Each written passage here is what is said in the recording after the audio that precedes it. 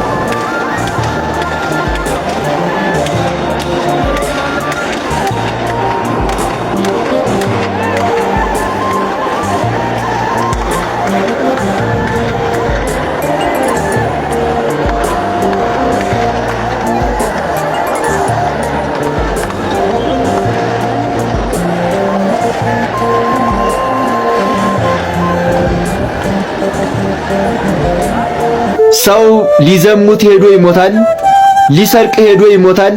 የተለያየ የኃጢአት ሥራ ለመስራት ሄዶ በዚያው የሚሞት ሰው እጅግ ብዙ ነው። ምንም እንኳን ድንገታዊና አሰቃቂ ሁኔታ ቢሆንም በእግዚአብሔር ቤት ማረፍ ግን ክብር ነው። ሁላችሁም እንደሰማችሁት በዛሬው ቀን መስከረም 21 በምንጃር ሸንኮራ ወረዳ በምትገኘው አረርቲ ማርያም የድንግል ማርያምን ክብረ በዓል ሊያከብሩ የሄዱ ምእመናን በአዲሱ ሕንጻ ላይ ለፊኒሺንግ የተደረደረው እንጨት በመደርመሱ ምክንያት ብዙዎች ከ30 በላይ የሚደርሱ ምእመናን ሕይወታቸው አልፏል። እግዚአብሔር አምላክ ነፍሳቸውን በአጸደ ገነት ያሳርፍ።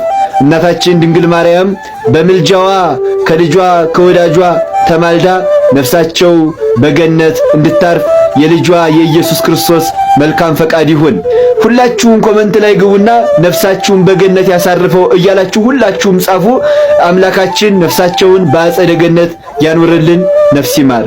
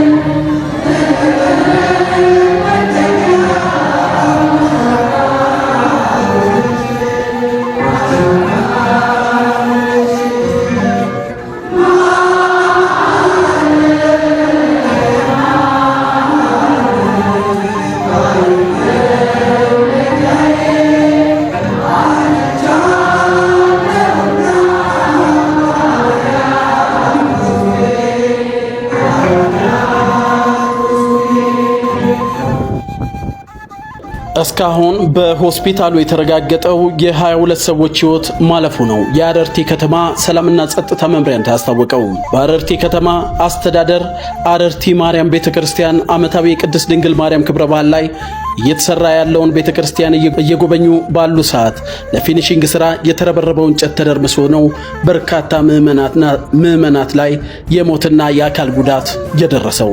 ከሆስፒታሉ በተረጋገጠው እስካሁን የ22 ሰዎች ህይወት ማለፉን በተጨማሪም 55 ሰዎች ላይ ከመካከለኛ እስከ ከፍተኛ ጉዳት መድረሱን አስታውቋል። አሁንም የሚደርሱን አዳዲስ መረጃዎችን ወደ እናንተ እናደርሳለን። ኮሜንት ላይ አስተያየታችሁን አስቀምጡልን።